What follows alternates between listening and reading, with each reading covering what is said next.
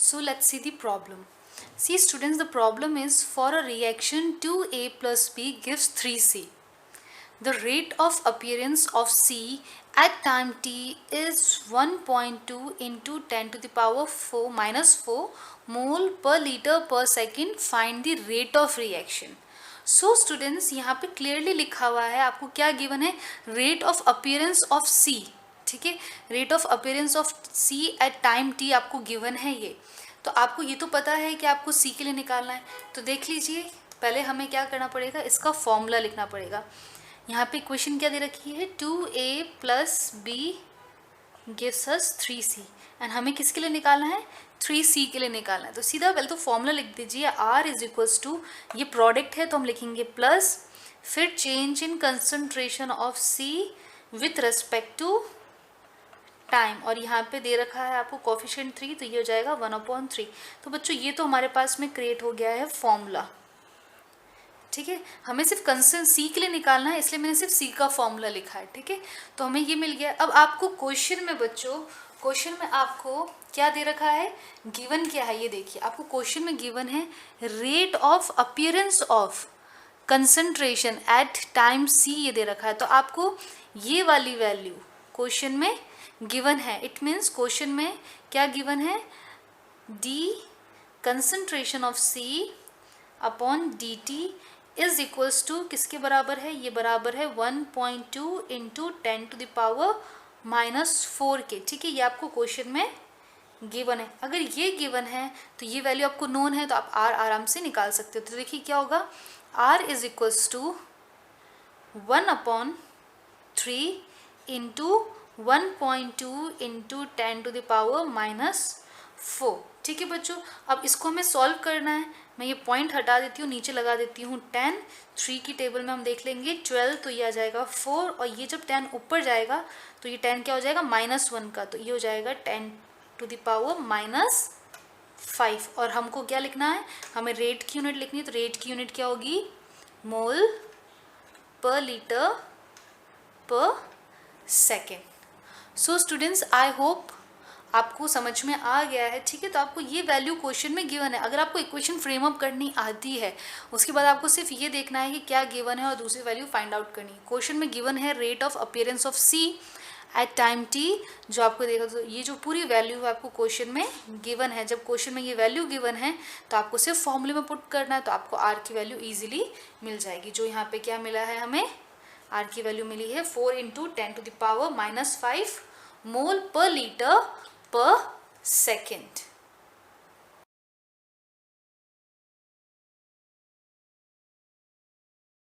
According to rate law, rate of reaction is directly proportional to the active concentration of reactant.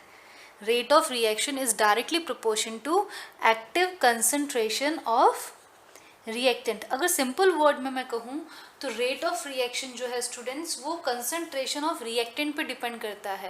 अगर reactant की concentration ज़्यादा है तो rate भी ज़्यादा होगा। अगर रिएक्टेंट की कंसंट्रेशन कम है, रिएक्टेंट की कंसंट्रेशन अगर कम है तो रेट भी क्या होगा, कम होगा। तो rate of reaction is directly proportion to the concentration of reactant, वो रिएक्टेंट की कंसंट्रेशन पे डिपेंड करता है। ठीक है, नाउ स्टूडेंट्स, अगर आपने नोटिस किया हो तो यहाँ पे एक वर्ड लिखा है मैंने, जो है एक्टिव।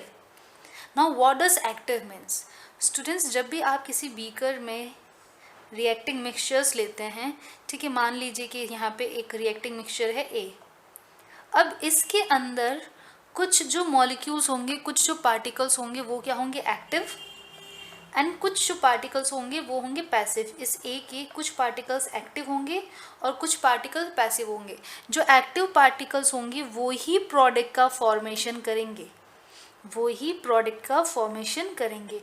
पैसिव जो पार्टिकल्स होंगे वो प्रोडक्ट में कन्वर्ट नहीं रहेंगे, वो रिएक्टेंट के फॉर्म में ही रहेंगे।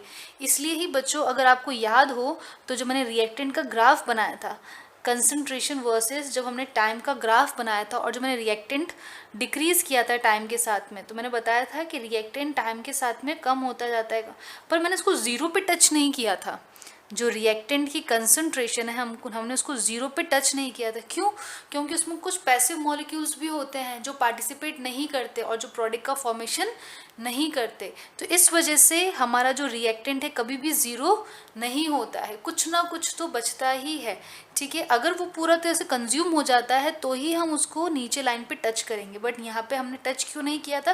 क्योंकि कुछ पार्टिकल एक्टिव होते हैं, कुछ पार्टिकल पैसिव होते हैं, और जो पार्टिकल पैसिव होते हैं वो प्रोडक्ट में कन्वर्ट नहीं होते। इसका मतलब सारे के सारे रिएक्टेंट प्रोडक्ट में कन्वर्ट नहीं होते। ठीक है, यहाँ तक समझ में आ गई? यही रीज़न है कि जब हम रिएक्टेंट की लाइन ड्रॉ करते हैं तो उसको हमेशा ऑलमोस्ट लास्ट में वो पैरेलल हो जाती है। ठीक है, कनेक्ट नहीं होती ज़ीरो पे।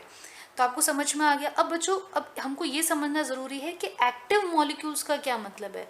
What does active molecule mean? तो चलो हम इस कॉन्सेप्ट को स्टडी करते हैं कि एक्टिव मॉलिक्यूल का मतलब क्या है। तो बच्चों ध्यान से देखिए, एक ग्राफ होता है जिसको हम बोलते हैं एनर्जी बैरियर ग्राफ। एक ग्राफ होता है जिसको हम बोलते हैं एनर्जी बैरियर ग्राफ।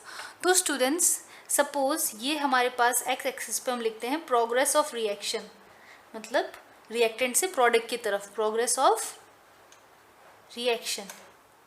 ठीक है, और यहाँ पे हम लिख रहे हैं एनर्जी। कोई भी रिएक्शन होने के लिए हमें कुछ अमाउंट ऑफ एनर्जी की रिक्वायरमेंट होती है। तो देखो बच्चों, सपोज मान लीजिए कि यहाँ पे रिएक्टेंट की एनर्जी इतनी है। ठीक है, और उसको अगर प्रोडक्ट में कन्वर्ट होना है, अगर उसको प्रोडक्ट में कन्वर्ट होना है तो बच्चों उसको एक एनर्जी बैरियर को क्रॉस करना पड़ेगा। उससे एक एनर्जी बैरियर को क्रॉस करना पड़ेगा। I am drawing the energy barrier for you. तो उसको एक एनर्जी बैरियर को क्रॉस करना पड़ेगा। ये जो मैंने हिल बनाया है, ठीक है, इसको हम बोलते हैं एनर्जी बैरियर। ये क्या है? Energy barrier. तो अगर रिएक्टेंट को प्रोडक्ट में कन्वर्ट होना है तो उसको इस एनर्जी बैरियर को क्रॉस करना पड़ेगा। इसका क्या मतलब हुआ? इसका ये मतलब हुआ बच्चों कि रिएक्टेंट के पास कुछ एनर्जी होती है। देख लीजिए, रिएक्टेंट के पास कुछ अमाउंट ऑफ एनर्जी है। ठीक है, और अगर उसको प्रोडक्ट में कन्वर्ट होना है तो उसको इतनी एनर्जी की और रिक्वायरमेंट है। कितनी एनर्जी? ये एक्स्ट्रा एनर्जी जो है, इस एक्स्ट्रा एनर्जी की और रिक्वायरमेंट है। जब हम इसको ये एक्स्ट्रा एनर्जी देंगे तब जाके इस बैरियर को क्रॉस करेगा और क्या कन्वर्ट हो जाएगा? प्रोडक्ट में कन्वर्ट हो जाएगा। तो देखो स्टूडेंट्स, रिएक्टेंट की खुद की कुछ एनर्जी होती है। They have their own energy. Reactant have their own energy. इनकी जो खुद की एनर्जी है उसको हम बोलते हैं नॉर्मल एनर्जी। इसको हम क्या बोलते हैं? नॉर्मल एनर्जी या फिर पोटेंशियल एनर्जी। इसको हम कहते हैं नॉर्मल या फिर पोटेंशियल एनर्जी। ठीक है, समझ में आ गई आपको बात? अब देखो, अब हमें अगर इसको रिएक्टेंट को प्रोडक्ट में कन्वर्ट करना है तो हमें एक एक्स्ट्रा एनर्जी देनी पड़ेगी। तो हमें क्या देना पड़ेगा? Extra energy. तो ये जो एक्स्ट्रा एनर्जी है which has to be given, extra energy जो हमें देनी होगी, इस एक्स्ट्रा एनर्जी को हम क्या बोलते हैं बच्चों? Activation energy. इसको हम बोलते हैं एक्टिवेशन एनर्जी। ठीक है, और एक्टिवेशन एनर्जी को हम कैसे रिप्रेजेंट करते हैं? एक्टिवेशन एनर्जी को हम रिप्रेजेंट करते हैं ई कैपिटल ए सबस्क्रिप्ट में आएगा। ठीक है, तो ये हो गया हमारे पास में एक्टिवेशन एनर्जी। तो रिएक्टेंट की खुद की कुछ एनर्जी जिसको हम नॉर्मल एनर्जी बोलते हैं, ये रही यहाँ पे, और हम एक्स्ट्रा एनर्जी प्रोवाइड करते हैं जो कि ये एनर्जी है, ताकि वो एनर्जी बैरियर को क्रॉस करे और प्रोडक्ट में कन्वर्ट हो जाए। ठीक है, तो किसी भी पार्टिकल को एक्टिव होने के लिए हम उसको एक्स्ट्रा एनर्जी प्रोवाइड करते हैं, तब जाके वो एक्टिव होता है, प्रोडक्ट में कन्वर्ट होता है।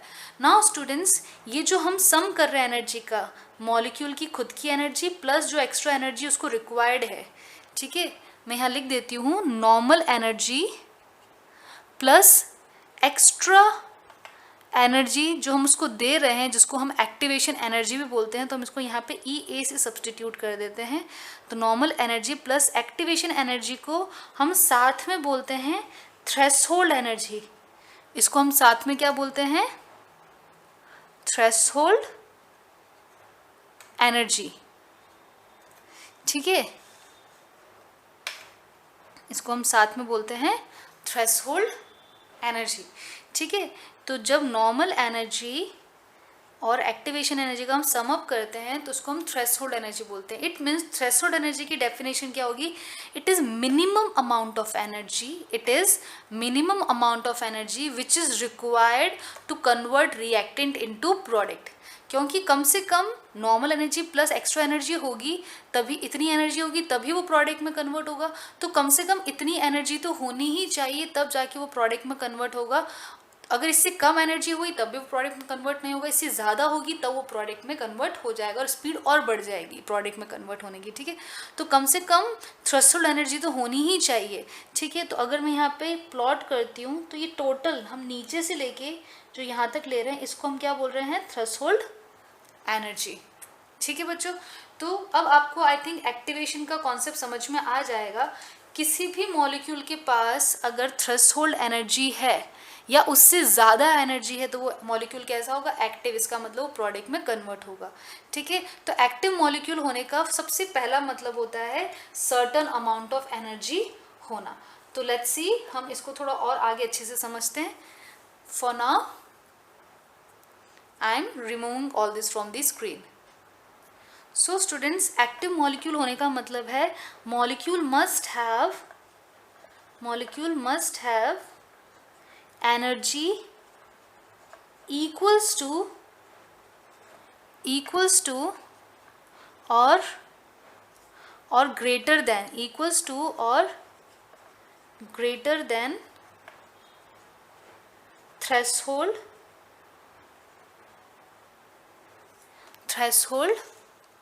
एनर्जी. ठीक है, तो कम से कम उनके पास थ्रेशोल्ड एनर्जी तो होनी ही चाहिए और उससे अगर ज़्यादा भी हो तो भी कोई प्रॉब्लम नहीं. तो मॉलिक्यूल क्या होगा? Active molecule. अगर थ्रेशोल्ड से कम एनर्जी है तो वो पार्टिकल एक्टिव नहीं होगा. थ्रेशोल्ड एनर्जी का मतलब क्या होता है? Normal energy plus activation energy. तो उसको हम क्या बोलते हैं? Threshold energy. ठीक है, तो एक्टिव मॉलिक्यूल का फर्स्ट मतलब तो क्या है? उसके पास में सफिशिएंट एनर्जी होनी चाहिए. तो इसका हम आउटकम निकालें, मतलब एक्टिव मॉलिक्यूल के पास क्या होना चाहिए? एक्टिव मॉलिक्यूल के पास में सफिशिएंट एनर्जी होनी चाहिए. सफिशिएंट एनर्जी का मतलब समझ गए? थ्रेशोल्ड या थ्रेशोल्ड से ज़्यादा. ठीक है, अब एक्टिव मॉलिक्यूल का फर्स्ट पॉइंट तो हम समझ चुके हैं. सेकंड पॉइंट का मतलब ये है बच्चा कि प्रॉपर ओरिएंटेशन होना चाहिए. क्या होना चाहिए? Proper orientation. मतलब कोई पार्टिकल का अगर शेप इस तरीके से है और दूसरे पार्टिकल का शेप मान लीजिए इस तरीके से है. ठीक है, जैसे हम एंजाइम में लॉक एंड की फिनोमिना पढ़ते हैं ना, बिल्कुल उसी तरीके से. ठीक है, तो क्या होगा? जब ये पार्टिकल इस तरीके से टकराएंगे, सामने सामने आके कोलाइड करेंगे, तभी जाके ये प्रोडक्ट का फॉर्मेशन करेंगे. अगर मान के चलिए कि ये पार्टिकल इस तरीके से ना आके, अगर ये पार्टिकल इस तरीके से आता तो क्या प्रोडक्ट का फॉर्मेशन होता? नहीं.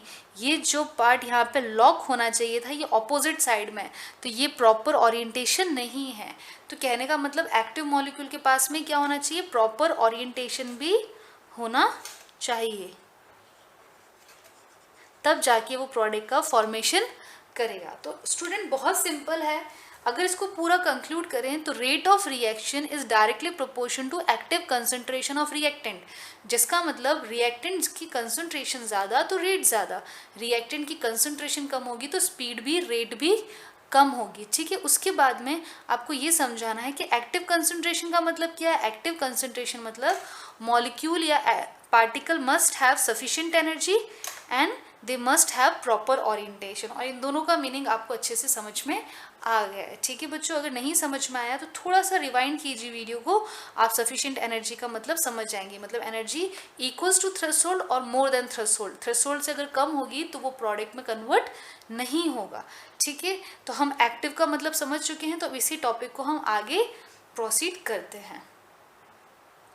सो स्टूडेंट्स, इसकी डेफिनेशन क्या है रेट लॉ की? तो रेट लॉ की डेफिनेशन है the rate of reaction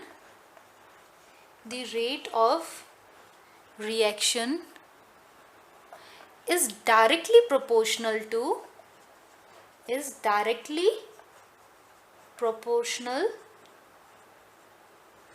to active concentration of reactant. ठीक है, सपोज एग्जाम्पल अगर ए रिएक्शन है ए रिएक्टेंट है वो पी प्रोडक्ट में कन्वर्ट हो रहा है, तो रेट ऑफ रिएक्शन क्या होगी? रेट ऑफ रिएक्शन जो हम पहले पढ़ चुके हैं उसके हिसाब से minus decrease in concentration of A with respect to time, ये है रेट ऑफ रिएक्शन के हिसाब से। अगर हम रेट लॉ के हिसाब से पढ़ें तो ये इक्वल्स टू हो जाएगा बच्चों, किसकी इक्वल्स टू हो जाएगा? अभी हम डायरेक्टली प्रोपोर्शन का साइन लगाते हैं एक बार, तो ये डायरेक्टली रेट जो है वो डायरेक्टली प्रोपोर्शन हो जाएगी कंसंट्रेशन ऑफ रिएक्टेंट के। किसके बराबर हो जाएगी? कंसंट्रेशन ऑफ रिएक्टेंट के। इसका मतलब आर क्या है? आर डायरेक्टली प्रोपोर्शन है कंसंट्रेशन ऑफ रिएक्टेंट के। ठीक है, मान लीजिए यहाँ पे कोई एक्स मोल है, तो बच्चों ऑर्डर क्या रहेगा? एन। यहाँ पे मैंने ऑर्डर लगा दिया है, मतलब ये एन की वैल्यू एक्स के बराबर भी हो सकती है और एक्स के बराबर नहीं भी हो सकती है। अभी हम इसको भी डिटेल में स्टडी करेंगे। ठीक है, तो rate of reaction is directly proportion to concentration of reactant. ठीक है, और यहाँ पे एन क्या है? एन ऑर्डर ऑफ रिएक्शन है। अगर मैं प्रपोजन का साइन हटाती हूँ तो आर किसके बराबर हो जाएगा? आर इज इक्वल्स टू हो जाएगा कंसंट्रेशन ऑफ ए एन, और यहाँ पे बच्चा एक प्रोपोर्शन साइन आएगा, यहाँ पे एक प्रोपोर्शन कांस्टेंट आएगा जो है स्मॉल के। प्रोपोर्शन कांस्टेंट क्या आएगा? स्मॉल के। तो यहाँ पे जो ये स्मॉल के है इसको हम बोलते हैं रेट कांस्टेंट। ये क्या है? रेट कांस्टेंट, या फिर इसको हम क्या बोल सकते हैं? वेलोसिटी कांस्टेंट भी कह सकते हैं। तो ये एक कांस्टेंट है, इसको हम रेट कांस्टेंट भी कह सकते हैं और वेलोसिटी कांस्टेंट भी कह सकते हैं। तो बच्चों ये है आपकी रेट लॉ की इक्वेशन। तो rate is equals to rate constant concentration of reactant upon, sorry यहाँ पे पावर क्या आ जाएगा? ऑर्डर का। ठीक है, अब बच्चों ध्यान से देखिए, यहाँ पे जो ये n वैल्यू है ये x के कोफिशिएंट के बराबर भी हो सकती है, ये n वैल्यू कोफिशिएंट के बराबर नहीं भी हो सकती। दोनों ही केसेस पॉसिबल है। अब देखिए ये दोनों बराबर कब होंगे? जब हमारी रिएक्शन कैसी हो? सिंगल स्टेप की। अगर रिएक्शन एक ही स्टेप में हो रही है, रिएक्शन अगर सिंगल स्टेप में है, एक ही स्टेप में हो रही है, तो हमें पता है कि जितना रिएक्टेंट है वही ऑर्डर होगा। जैसे कि सपोज एक रिएक्शन हो रही है कि 2A B के साथ में रिएक्ट करके प्रोडक्ट P दे रहा है, और मान लीजिए कि सिर्फ 1 स्टेप रिएक्शन है। ये कितनी स्टेप है? 1 स्टेप रिएक्शन है। तो हमें दिखता दिखता समझ में आ रहा है कि यहाँ पे 2 तो ये हो गया है और 1 यहाँ का। ठीक है, तो टोटल मिला के अगर हम रेट की इक्वेशन लिखें, rate is equals to K concentration of A और पावर क्या आ जाएगी? 2 and concentration of B power आ जाएगी यहाँ पे 1। ठीक है, तो आप ऑर्डर कैसे निकालेंगे? सम कर दीजिए इस पावर को, 2 + 1 इज इक्वल्स टू 3। तो n की वैल्यू क्या है यहाँ पे? 3। तो जब रिएक्शन 1 स्टेप है तो जो वैल्यू है आपको वैसी की वैसी वहाँ पुट करनी है। ठीक है, और उनका जब हम सम अप करेंगे, जब हम इन कोफिशिएंट का सम अप करेंगे तो हमें ऑर्डर ऑफ रिएक्शन मिल जाएगी। किस केस में? जब रिएक्शन एलिमेंट्री है, सिंगल स्टेप में है। ठीक है, तो जब रिएक्शन 1 स्टेप की है तो n x के इक्वल होगा, ऑर्डर जो है वो कोफिशिएंट के इक्वल होगा। लेकिन बच्चों बहुत सारे केसेस में ऐसा होता है जहाँ पे ये ऑर्डर कोफिशिएंट के इक्वल नहीं होता। वो रिएक्शंस कैसी होती है? रिएक्शंस जो कॉम्प्लेक्स हो। कॉम्प्लेक्स रिएक्शन का मतलब more than 1 step, more than 1 step. ठीक है, मोर देन 1 स्टेप की जो रिएक्शंस होती है उनको हम बोलते हैं कॉम्प्लेक्स रिएक्शन। ठीक है, अब इसी रिएक्शन का हम एग्जांपल लेते हैं कॉम्प्लेक्स रिएक्शन के लिए। So let's see how it will work. Now students, suppose this is the equation, we have taken the previous equation only. मान लीजिए कि ये पर्टिकुलर जो रिएक्शन है एक स्टेप में नहीं हो रही है, मोर देन 1 स्टेप में हो रही है, और मैंने यहाँ कंसिडर किया है कि मान लीजिए 2 स्टेप में हो रही है, स्टेप 1 एंड स्टेप 2। ठीक है, तो यहाँ पे ये स्टेप 1 में क्या हो रहा है? जो 2A है वो रिएक्ट करके इंटरमीडिएट का फॉर्मेशन कर रहा है जो कि है C। ये C जो इंटरमीडिएट है दूसरे रिएक्टेंट B के साथ में रिएक्ट करके P प्रोडक्ट दे रहा है। ठीक है, तो बच्चों इनमें से एक स्टेप जो होगी स्लो स्टेप होगी। मान लीजिए फॉर एग्जाम्पल ये हमारे पास में स्लो स्टेप है, तो दूसरी रिएक्शन क्या होगी? Fast reaction. मतलब ये रिएक्शन बहुत धीरे धीरे हो रही है और ये रिएक्शन फास्ट हो रही है। नाउ स्टूडेंट्स, जो रिएक्शन स्लो होती है, जो रिएक्शन स्लो होती है उसको हम क्या बोलते हैं?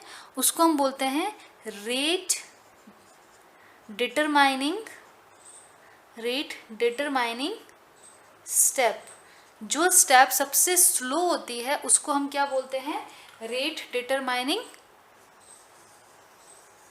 स्टेप। ठीक है, और ये जो रेट डिटरमाइनिंग स्टेप है ना, यही हम order of reaction find out करने के काम में लेते हैं, ठीक है।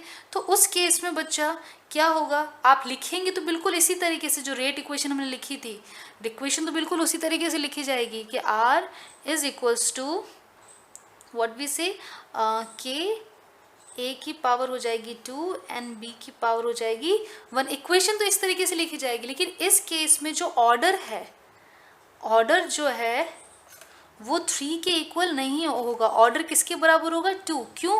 क्योंकि स्लो स्टेप में क्या है, स्लो स्टेप में 2 रिएक्टेंट है, तो ऑर्डर क्या होगा, ऑर्डर जो है वो स्लो स्टेप के मॉलिक्यूल्स पे डिपेंड करता है। जो n वैल्यू है ऑर्डर वो स्लो स्टेप के मॉलिक्यूल्स पे डिपेंड करती है, ठीक है। तो जब आप रेट इक्वेशन लिखेंगे तो जो जैसा है वैसा का वैसा लिखना है, आपको टेंशन नहीं करना है कि कुछ नया नहीं, कुछ भी नया नहीं, सिंपल। जैसे यहाँ पे दे रखा है a के ऊपर पावर 2 आ जाएगी और b के ऊपर पावर 1 आ जाएगी, सिंपल। रेट तो आपको वैसे ही लिखनी है, ठीक है। लेकिन अगर ऑर्डर फाइंड आउट करना है तो अगर ये सिंगल स्टेप रिएक्शन है, सिंगल स्टेप रिएक्शन है तो इसका ऑर्डर 3 होगा, 2 + 1। अगर ये सिंगल स्टेप रिएक्शन नहीं है तो आपको कौन सा स्टेप देखना है, आपको स्लोवेस्ट स्टेप देखना है। स्लो स्टेप में जितने पार्टिकल्स हैं, जितने मॉलिक्यूल है, वो ही ऑर्डर होगा। तो जब हम ऑर्डर लिखते हैं तब हमें थोड़ा सा रिएक्शन पे फोकस करना पड़ेगा कि ये सिंगल स्टेप है या मोर देन 1 स्टेप है, ठीक है। तो अगर ये कॉम्प्लेक्स रिएक्शन है तो पॉसिबल है कि इसकी n की वैल्यू x के बराबर ना हो, ठीक है, पॉसिबिलिटी है। मोस्ट ऑफ द केसेस में अगर कॉम्प्लेक्स रिएक्शन है तो n x के बराबर नहीं होता है, ठीक है।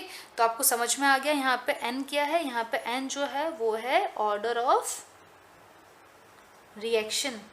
किस पे डिपेंड करता है, order of reaction slowest step पे डिपेंड करता है, ठीक है। तो स्लो स्टेप के हिसाब से ये n x के बराबर भी हो सकता है, n x के बराबर नहीं भी हो सकता है, ठीक है। तो बच्चों ये है रेट लॉ। अब हम इसको थोड़ा सा आगे और समझने की कोशिश करते हैं।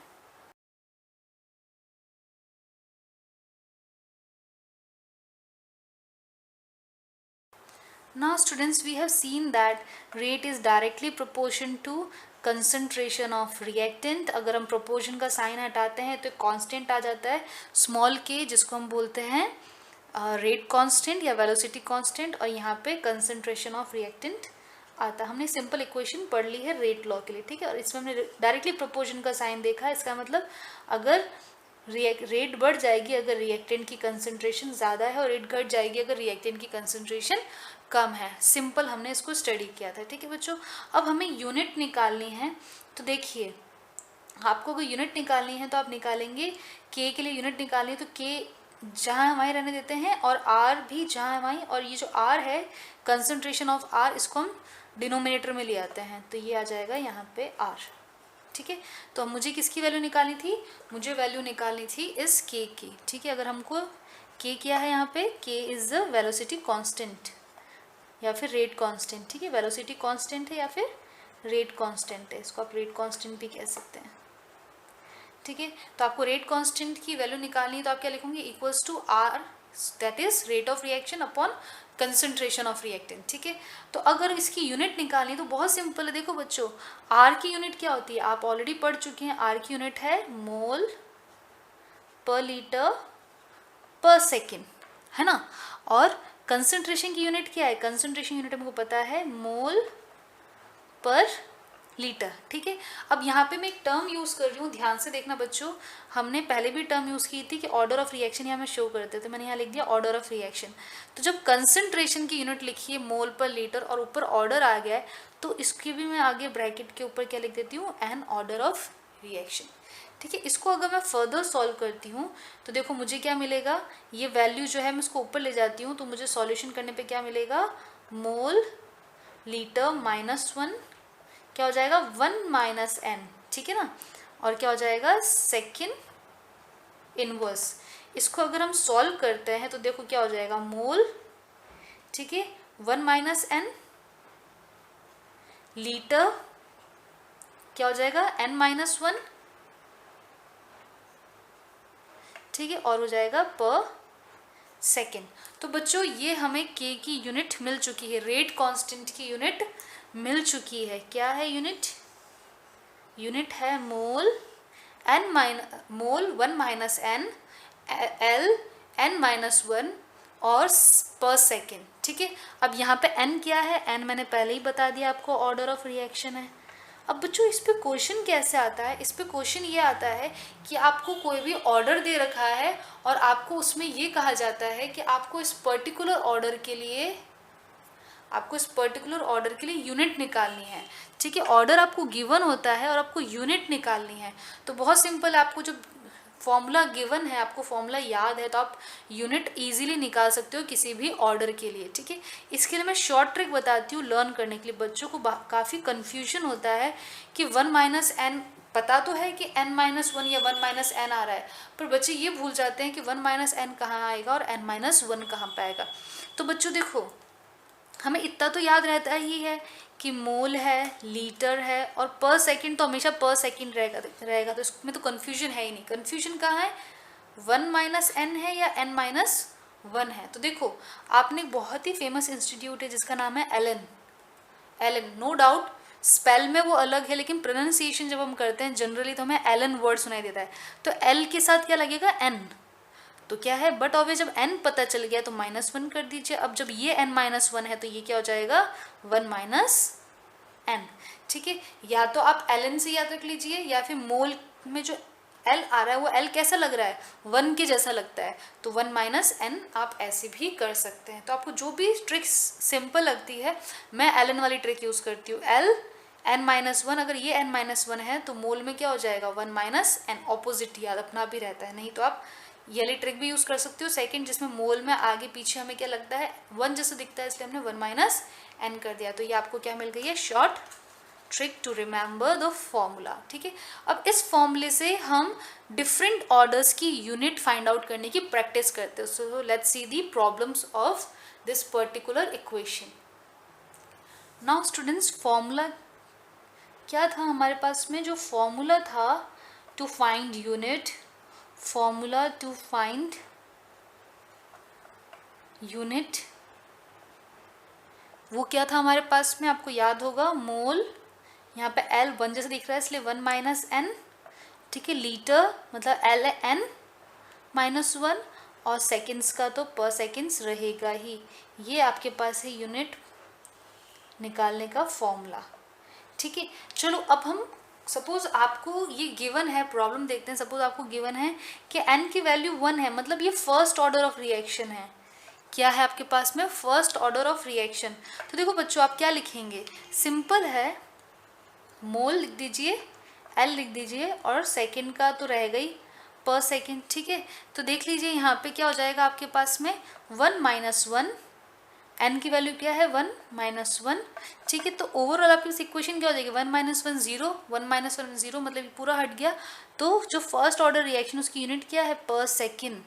क्वेश्चन बहुत सारे कॉम्पिटिटिव एग्जाम्स में पूछा जाता है और इसके बेसिस पे आप डायरेक्ट इक्वेशन सॉल्व भी कर सकते हैं। पर सेकंड दे रखा है, मतलब बिना कुछ सोचे समझे आप एक बार अगर शॉर्ट ट्रिक लगाएंगे तो पर सेकंड मतलब ये फर्स्ट ऑर्डर है, आप एक बार में बता सकते हैं। तो आप इस फॉर्मूले से यूनिट इजीली फाइंड आउट कर सकते हैं।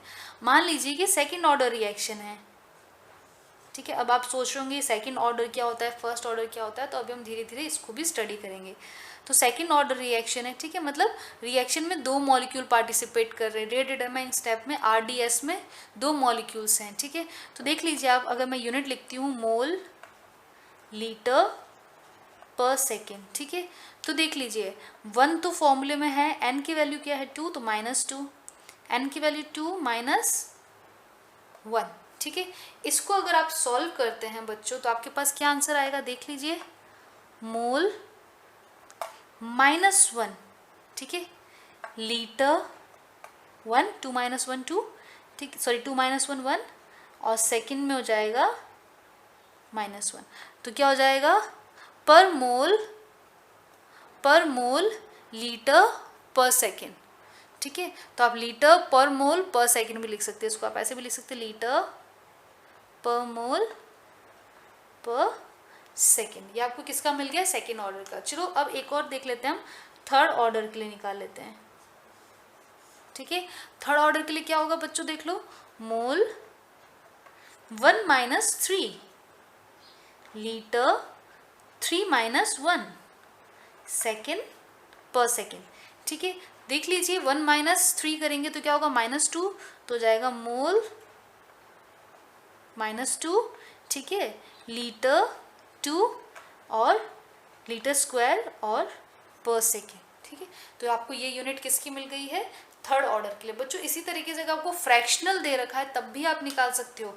अगर ऑर्डर आपको फ्रैक्शनल दे रखा है, सपोज आपको ऑर्डर दे रखा है 0.5 का, ठीक है, मतलब हाफ ऑर्डर दे रखा है, तब भी आप निकाल सकते हैं। क्या होगा देख लीजिए, मोल 1 माइनस हाफ या फिर 0.5 लीटर हाफ -1 पर सेकेंड, ठीक है। अगर आप इसको सॉल्व करेंगे तो देखो बच्चों आपको क्या मिलेगा, आपको मिल जाएगा मोल 1/2 लीटर -1/2 पर सेकेंड। तो बच्चों इस तरीके से अगर आपको ये फॉर्मूला पता है तो आप किसी भी ऑर्डर की यूनिट इजीली फाइंड आउट कर सकते हैं। बच्चों ये बहुत इंपॉर्टेंट फॉर्मूला है, बहुत बार इससे क्वेश्चंस आते हैं, तो यूनिट आपको आनी चाहिए। तो ये शॉर्ट ट्रिक, ये मेथड आपको पता होना चाहिए, ठीक है। इसको रटने की ज़रूरत नहीं है, अगर आपको याद हो जाता है तो फेयर इनफ, नहीं होता है तो आप इस यूनिट के फॉर्मूले को याद कर लीजिए, तो आपके लिए प्रॉब्लम सॉल्विंग ईजी हो जाएगी, ठीक है।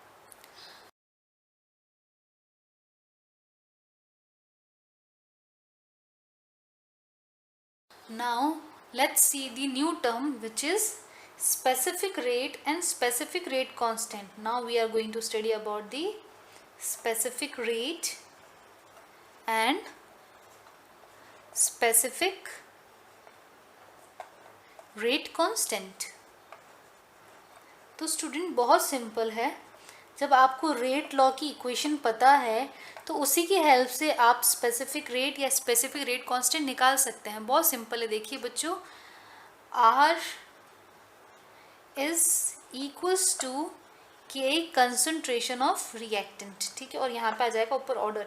मान लीजिए कि आपके पास ए बी रिएक्टेंट है जो प्रोडक्ट दे रहे हैं पी, तो आपके पास रेट लॉ क्या हो जाएगा बच्चों, देख लीजिए, रेट लॉ के हिसाब से R is equals to rate constant, ठीक है, concentration of A concentration of B, ठीक है।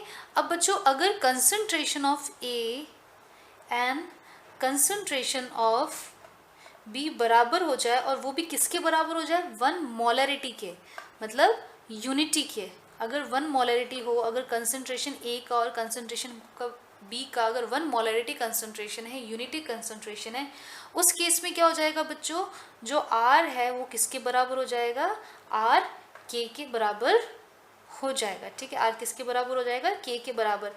इस केस में इस रेट को हम बोलते हैं स्पेसिफिक रेट, और इस कांस्टेंट को हम बोलते हैं स्पेसिफिक रेट कांस्टेंट, ठीक है। इसको हम बोलेंगे स्पेसिफिक रेट और इसको हम बोलेंगे स्पेसिफिक रेट कांस्टेंट, ठीक है। कब, जब दोनों रिएक्टेंट के, जितने भी रिएक्टेंट हैं उनकी कंसंट्रेशन क्या है, 1 मोलरिटी मतलब यूनिटी, ठीक है। तो इस केस में जो रेट होगा उसको हम बोलेंगे स्पेसिफिक रेट, एंड कांस्टेंट को हम बोलेंगे स्पेसिफिक रेट कांस्टेंट।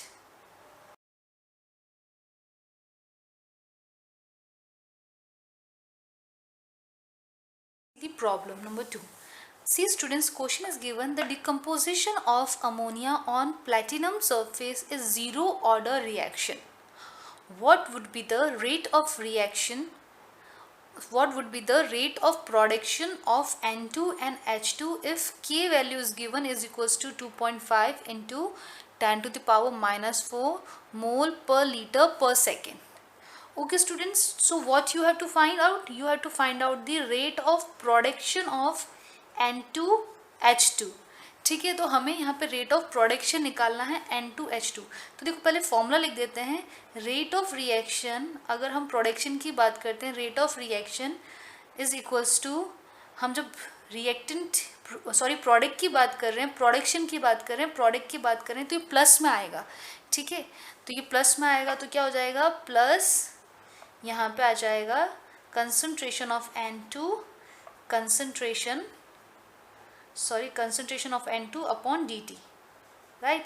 और अगर हम H2 के लिए लिखते हैं तो लिखेंगे plus concentration of H2, change in concentration of H2 upon dt। Now students क्या इक्वेशन सही है? अगर इस इक्वेशन को हमें टैली करना है तो सबसे पहला काम हमें ये करना पड़ेगा कि हमें इक्वेशन लिखनी होगी।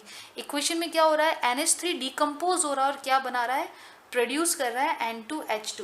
तो बच्चों इसकी इक्वेशन क्या होगी, देखिए इक्वेशन है, इसका मतलब यहाँ पे हो जाएगा कि जो NH3 है वो डिकम्पोज हो रहा है, किस में डिकम्पोज हो रहा है, N2 और H2 में। ठीक है, अगर आप इस इक्वेशन को बैलेंस करें तो यहाँ पे आ जाएगा 3। तो बच्चों जब आपको पता है, जब आपको समझ में आ गया है कि यहाँ पे 3H2 है, N1 ही है, ठीक है, तो हम यहाँ पे क्या लगा देंगे, 1/3। ये सही है, बट यहाँ पे 1/3 लगा है। अब ये करेक्ट इक्वेशन हुई। ठीक है, अगर मैं इस रेट को रेट लॉ के साथ में भी कनेक्ट करूँ तो R इज इक्वल्स टू क्या हो जाएगा, R इज इक्वल्स टू हो जाएगा K, यहाँ पे हो जाएगा NH3 और यहाँ पे पावर कितनी आ जाएगी, 2। ठीक है, अगर जनरली हम कनेक्ट करें तो, लेकिन बच्चों यहाँ पे क्लियरली क्या गिवन है, यहाँ पे गिवन है कि कौन सी ऑर्डर रिएक्शन है, ज़ीरो ऑर्डर रिएक्शन है। तो बच्चों जब ज़ीरो ऑर्डर रिएक्शन है इसका मतलब यहाँ पे ये 2 नहीं आएगा, यहाँ पे ऊपर क्या आएगा, 0। जब ये 0 हो जाएगी पूरी इक्वेशन, जब यहाँ पे 0 है इसका मतलब ये किसके बराबर हो जाएगा, 1 के बराबर। तो बच्चों मैं आपको यहाँ पे समझा दूँ कि ज़ीरो ऑर्डर रिएक्शन का मतलब वो रिएक्शंस होती है जो रिएक्टेंट की कंसनट्रेशन पर डिपेंड नहीं करती। जब इसकी कंसंट्रेशन पे डिपेंड नहीं करती तो हमें यहाँ पे ये टर्म भी नहीं लिखना है। ठीक है, तो इसके हिसाब से हमारे फाइनल इक्वेशन क्या हो जाएगी, R इज इक्वल्स टू, हम सिर्फ प्रोडक्शन की बात कर रहे हैं तो plus change in concentration of N2 upon dt is equals two plus 1/3। ये हमने लिख दिया है रेट लॉ के हिसाब से इक्वेशन। ठीक है, और इक्वल्स टू हो जाएगा K। हमने क्यों रिमूव कर दिया, क्योंकि जीरो ऑर्डर के हिसाब से रेट ऑफ रिएक्शंस जो है वो रिएक्टेंट की कंसंट्रेशन पे डिपेंड नहीं करती है। ठीक है, और नहीं अगर मैं यहाँ पे फिर भी 0 लिखती हूँ तो ये पूरी वैल्यू किसके बराबर हो जाती है, 1 के बराबर। तो यहाँ पे किसके बराबर हो गया, सिर्फ K के बराबर। ठीक है, क्योंकि K इंटू 1 कितना हो जाएगा, K। Now students what you have to do, you have to find out R value. आपको क्या फाइंड आउट करना है, R वैल्यू, प्रोडक्शन ऑफ, ठीक है ना। तो आपको rate of production of N2 और H2 फाइंड आउट करना है। क्वेश्चन में क्या गिवन है, आपको K वैल्यू गिवन है। You can see here that oh here K value is given. तो बहुत ही सिंपल है बच्चों, देख लीजिए आपको किसकी वैल्यू फाइंड आउट करनी है, R की वैल्यू, और K वैल्यू गिवन है। तो वापस से फॉर्मूला लिख दीजिए, dN2 concentration of N2 upon dt is equals to 1/3 concentration of H2 upon dt। और K की वैल्यू क्या गिवन है आपको, K गिवन है 2.5 इंटू 10⁻⁴ है ना, ये गिवन है। तो आप लिख दीजिए K की वैल्यू 2.5 इंटू 10⁻⁴। ठीक है बच्चों, अब देखिए अगर मैं इस 3 को इस तरफ मूव कर देती हूँ, अगर मैं इस 3 को इस 2.5 के पास में मूव कर देती हूँ तो हमें क्या मिलेगा, D change in concentration of N2 with respect to time, change in concentration of H2 with respect to time। in short हमें rate of production of N2 and H2 मिल जाएगा easily। तो देखो बच्चों मैं इसी क्वेश्चन में क्या कर रही हूँ, ध्यान से देखिएगा आप, यहाँ पे हम सॉल्व कर देते हैं। आपको क्या मिल जाएगा, R इज इक्वल्स टू, अब मैंने सारी वैल्यू एज इट इज रखनी है, सिर्फ 3 की वैल्यू मुझे यहाँ शिफ्ट कर दी है। तो 3 इंटू क्या हो जाएगा, 2.5 इंटू 10⁻⁴, राइट। आपको ये मिल गया है। ठीक है, तो रेट किसके बराबर हो जाएगी, R इज इक्वल्स टू हो जाएगा, अगर आप इसको सॉल्व करते हैं तो ये हो जाएगा 7.5 इंटू 10⁻⁴। और रेट की यूनिट क्या होती है, मोल पर लीटर पर सेकेंड। तो आपको ये क्या मिल गया है, फाइनल आंसर। ठीक है बच्चों, मैं फिर से आपको समझा देती हूँ। मैंने यहाँ पे लिखा है रेट लॉ के हिसाब से, ठीक है, प्रोडक्ट के लिए। फिर उसके बाद में हमने रेट इक्वेशन के हिसाब से फर्स्ट लिखा है, उसके बाद में हमने रेट लॉ के हिसाब से इक्वेशन लिखी है। और जो क्योंकि यहाँ पे ज़ीरो ऑर्डर रिएक्शन बता रखा है तो यहाँ पे अमोनिया की कंसंट्रेशन पे डिपेंड नहीं करती है, इसलिए हमने यहाँ से अमोनिया रिमूव कर दिया है। तो यहाँ पे सिर्फ क्या रह गया है, K की वैल्यू आपको क्वेश्चन में गिवन है 2.5 इंटू 10⁻⁴। तो वो वैल्यू आपने यहाँ पे पुट कर दी। ठीक है, और ये जो न्यूमेरिकल वैल्यू है ये आपने K के पास में ले गए। ठीक है, तो फाइनली आपको रेट की वैल्यू मिल जाएगी। रेट की वैल्यू किसकी बराबर हो जाएगी, 3 इंटू 2.5 इंटू 10⁻⁻4। तो आपने जब उसको सॉल्व किया तो आपको कितनी वैल्यू मिल गई? 7.5 इंटू 10⁻⁻4। मतलब rate of production of N2H2 कितना है? वो इक्वल्स टू है 7.5 इंटू 10⁻⁻4 के बराबर। ठीक है बच्चों, तो इस न्यूमेरिकल में हमने रेट को रेट ऑफ रिएक्शन से भी रिलेट किया और रेट को हमने रेट लॉ से भी रिलेट किया और फाइनली हमने आंसर फाइंड आउट करने की कोशिश की है। ठीक है, so this is the all about rate law